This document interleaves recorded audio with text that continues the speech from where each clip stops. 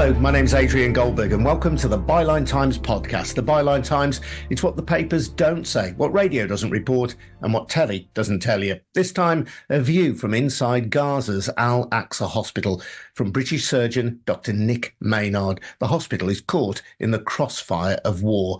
Now, Nick has just returned to the UK after spending 2 weeks there with the charity Medical Aid for Palestinians, helping victims of the Israeli bombardment of Gaza, which followed the massacre and hostage-taking of Israelis by Hamas on October the 7th.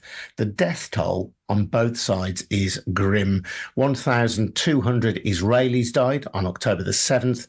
23,000 Palestinians have been killed in the counter-offensive, which Israel's Prime Minister Benjamin Netanyahu said was aimed at destroying Hamas's governing and military capabilities and to bring the hostages home. Before we hear from Nick, just a reminder that the Byline Times podcast is funded by subscriptions to our brilliant monthly newspaper called The Byline Times. If you haven't read it yet, well, you really must. It features the best of our online offerings and some fantastic content that you can't read anywhere else. If you're interested in taking out a subscription, do head over to bylinetimes.com. That's bylinetimes.com.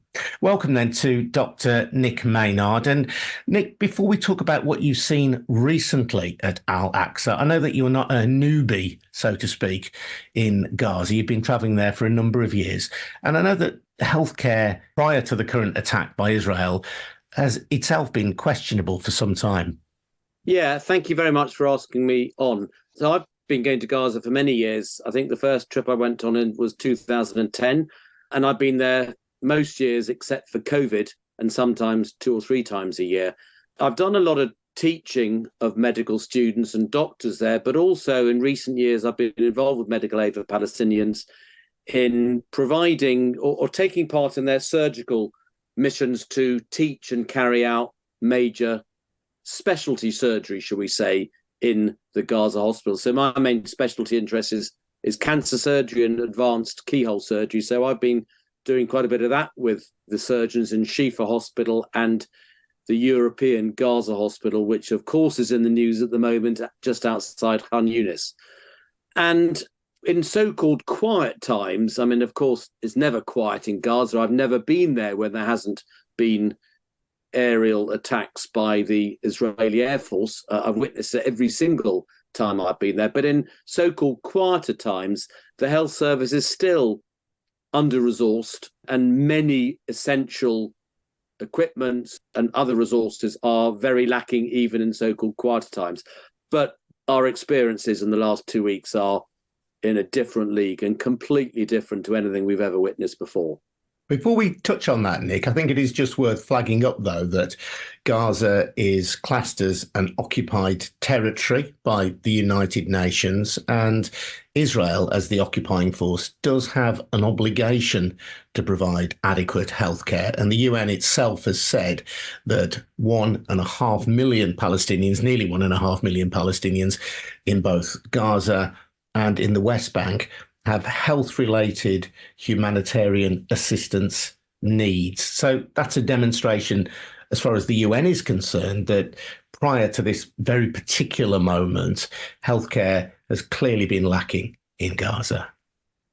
Yes, you're absolutely right.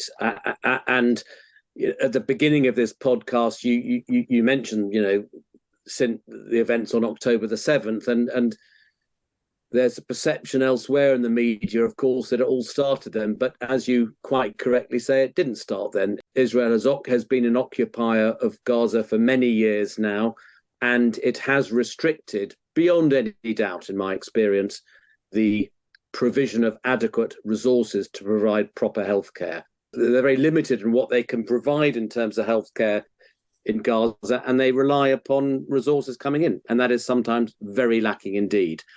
It's also worth pointing out that many patients who cannot get the right treatment in Gaza cannot get out to seek the treatment elsewhere. And that's something that people don't always appreciate.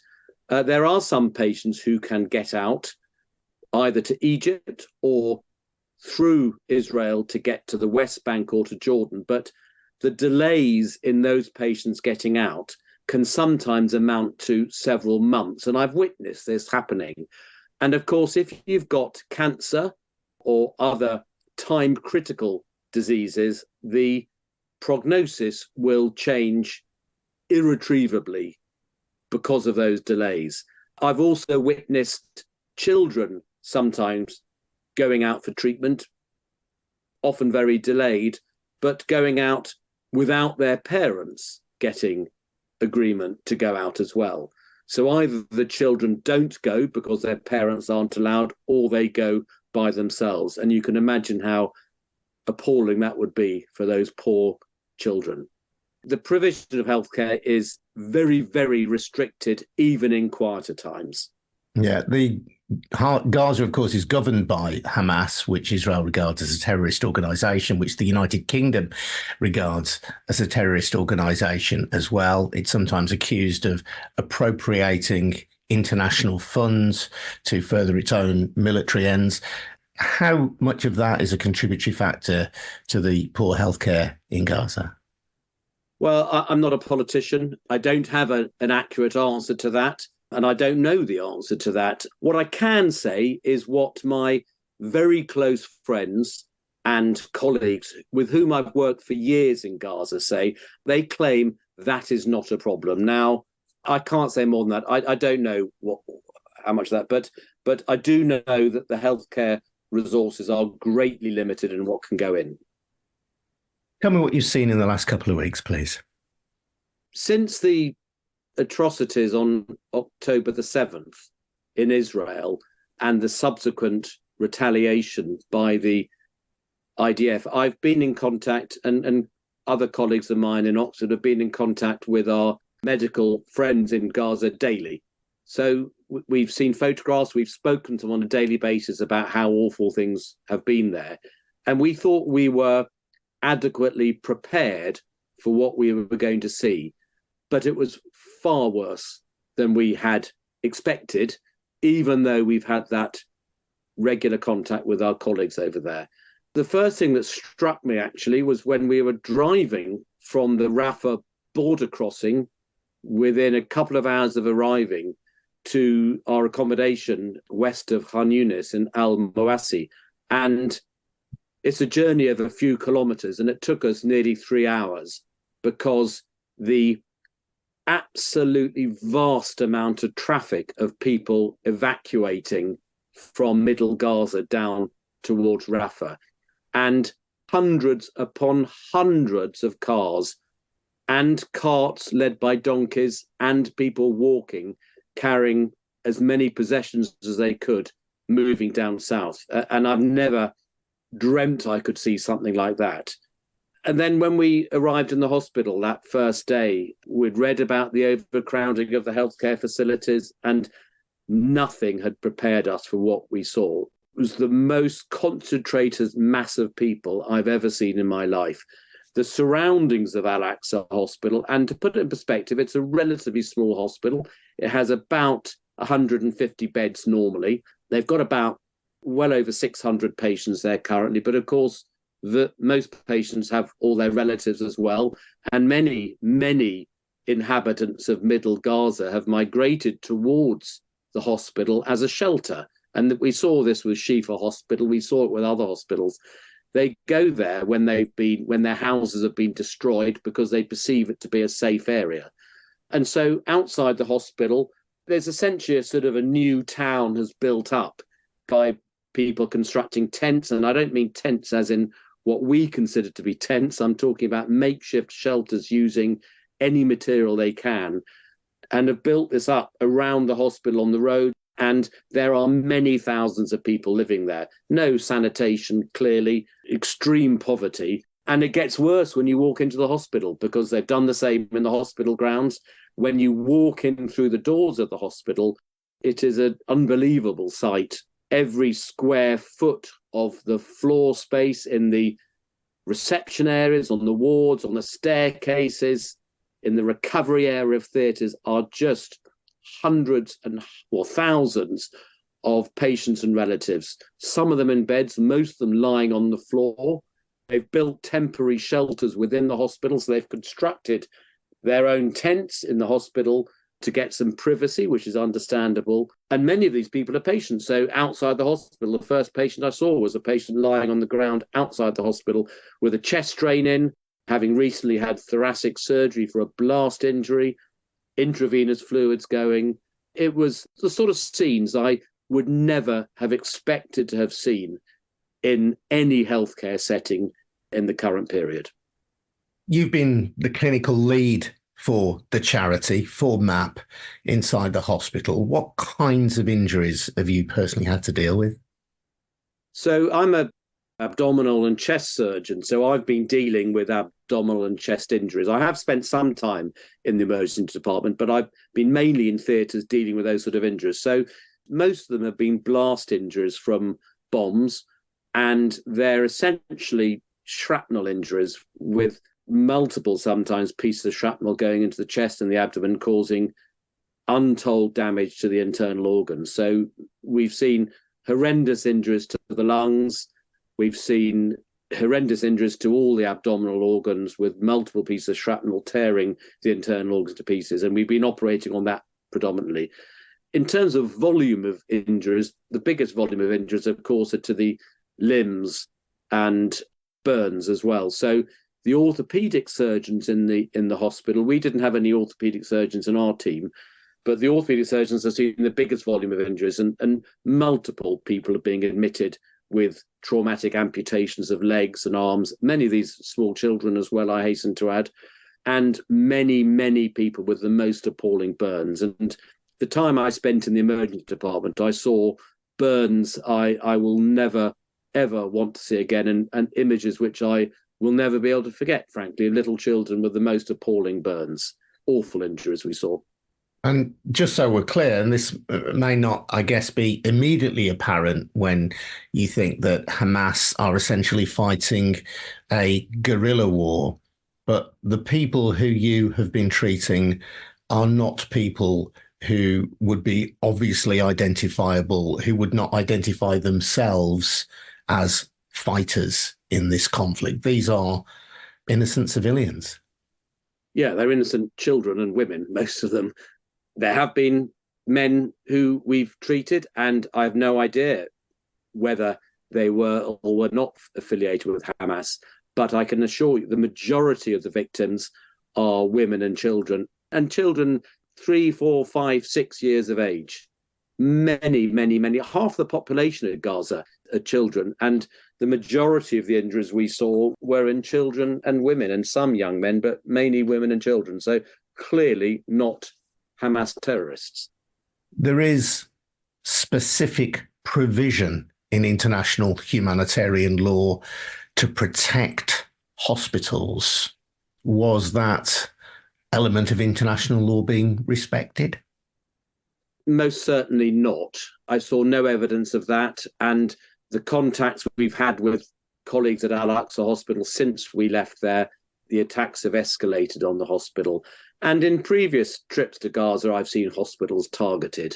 I'm very, very clear. The evidence I have seen and the evidence from people I know and trust and have been close to for many years at Shifa Hospital, I'm in no doubt that the healthcare facilities have been targeted with what seems very clear to me is the clear intention of dismantling completely the healthcare system of Gaza.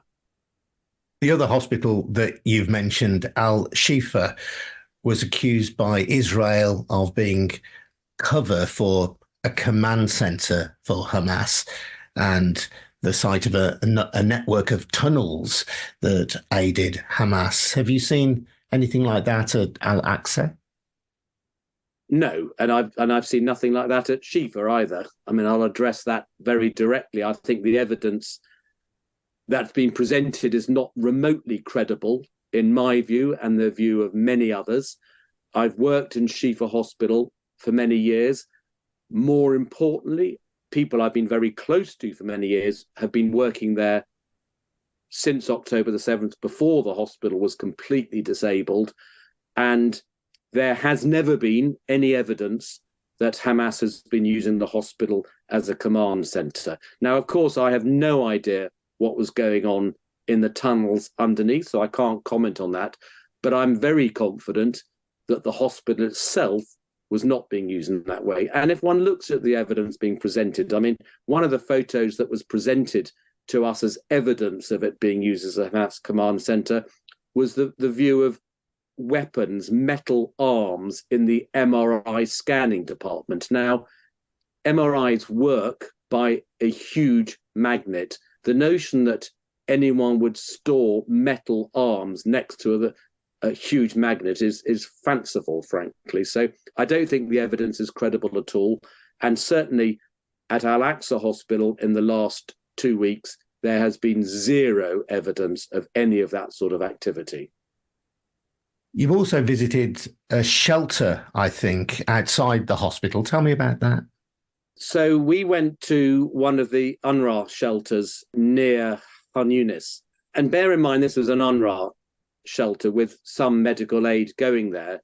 More than 50% of the shelters are governmental shelters without any healthcare provision at all currently. So I saw what is known to be one of the best shelters, but it was still a fairly horrific sight. When you say UNRWA, just so we're clear, not everybody will be familiar with the jargon, that's the United Nations Relief and Works Agency for Palestinian refugees. So that's run by the UN, essentially, yeah.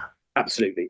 Thanks for clarifying that. So the shelter I went to had, we went there because we wanted to see whether MAP could put a team in there to help with healthcare provision. There are 40,000 people in that shelter that I visited in a space of 60,000 square meters, so 1.5 square meters per individual. There was one toilet per 650 people. So people were queuing 3 to 4 hours each time they wanted to go to a toilet. For that 40,000 people, there were 3 healthcare stations, each of which was manned by 2 or 3 people at a time, a couple of nurses, the very occasional doctor, and they in total were able to see less than 2,000 people a day, allocated them a very small amount of time, clearly, which again was woefully inadequate for the 40,000 population, many of whom were unwell with many healthcare conditions. It was a really horrific place to visit. And I was very conscious of the fact that this was one of the better shelters and the governmental shelters were much worse. I mentioned at the start that Israel's stated intention when it retaliated for the attacks on October the 7th was to destroy Hamas's governing and military capabilities and to bring the hostages home. I just wonder how that is playing out amongst ordinary people in Gaza, how you perceive attitudes towards Israel to be now and how they may compare with how they were before the atrocity of October the 7th. So these people have been living under the Israeli occupation for many, many years. And as I mentioned earlier, I've never been to Gaza when I haven't witnessed aerial bombardment of the country. And that is extremely important context. I'm appalled by all loss of civilian life. I'm appalled by the events on October the 7th, as any human being would be, I think. But this didn't start on October the 7th. This has been going on for many, many years.